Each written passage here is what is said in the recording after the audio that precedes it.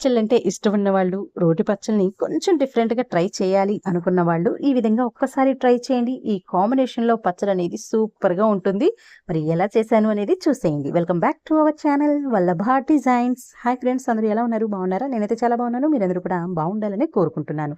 ఓ పావు కేజీ దొండకాయలనైతే తీసుకొని శుభ్రంగా కడిగేసి చక్రాల్లాగా కట్ చేసి పక్కన పెట్టుకున్నానండి. అలానే మీడియం సైజులో ఉన్నటువంటి ఓ మామిడికాయనైతే దాని మీద ఉన్నటువంటి పీలది తీసేసుకుని తురుముకుని పక్కన పెట్టానండి. అది కూడా సెపరేట్ గిన్నెలోనే. ఇప్పుడు స్టవ్ వెలిగించుకుని పాన్ పెట్టుకుని 1.5 స్పూన్ వరకు ఆయిల్ అయితే వేసుకుని హీట్ అయిన తర్వాత స్పైస్ తగినట్లుగా పచ్చిమిరపకాయలనైతే వేసుకుని వాటిని కొంచెం వేయించుకున్నాక ఒక 3 స్పూన్ల వరకు పల్లీలను అయితే వేసుకున్నానండి. ఇంకా మీరు కావాలి అనుకుంటే దీనిలో ఓ 2 స్పూన్లు నువ్వులను కూడా యాడ్ చేసుకోవచ్చు. నేను పల్లీలను వరకే వేసుకుని అవి వేగిన తర్వాత దానిలోకి కట్ చేసుకున్న దొండకాయ ముక్కలను కూడా వేసేసుకుని ఒకసారి బాగా మిక్స్ చేసేసి మూత పెట్టి బాగా మగ్గనిచ్చుకుంటున్నానండి. తర్వాత మూత తీసి సన్నగా కట్ చేసుకున్నటువంటి ఫ్రెష్ కొత్తిమీరని కూడా ఒక గుప్పెడు వరకు యాడ్ చేసేసి మూత పెట్టి మరో 2 నిమిషాలైతే అలా ఉంచి స్టవ్ ఆఫ్ చేసేసేయండి. ఆ వేడికి చక్కగా కొత్తిమీర అనేది మగ్గిపోతుంది. మరి ఇది కంప్లీట్‌గా చల్లారిపోయిన తర్వాత మిక్సీ జార్‌లో కానీ లేదంటే ఇలా రోట్లోకి వేసుకొని పచ్చడి చేసుకోవాల్సి ఉంటుంది. నేను రోట్లో చేస్తున్నానండి. ఓ స్పూన్ వరకు జీలకర్రనైతే ముందుగా వేసుకున్నాను.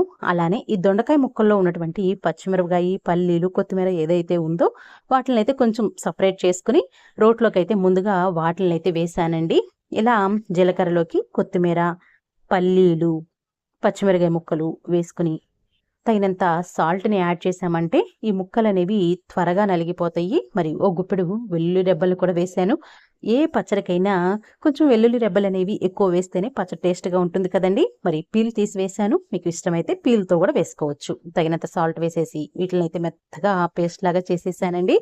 చేసిన తర్వాత వేయించుకున్నటువంటి దొండకాయ ముక్కలున్నాయి గదా! వాటిని కూడా కొద్ది కొద్దిగా వేసుకుంటూ 90% దొండకాయ ముక్కలు నలిగేటట్లుగా అయితే చూసుకున్నానండి.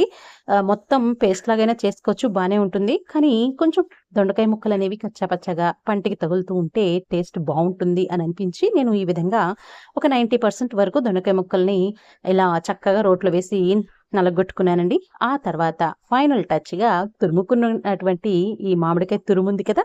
దాన్ని యాడ్ చేసుకోవటమేనండి. మనం చింతపండు వేస్తాం గదా! ఏ పచ్చడిలో అయినా పులుపు కోసం చింతపండుని స్కిప్ చేసేసి దాని ప్లేస్‌లో ఈ విధంగా మామిడి తురుమునైతే వేసుకుంటున్నానండి. మరి సీజన్ కాబట్టి మామిడికాయ అనేది బాగానే ఉంటుంది.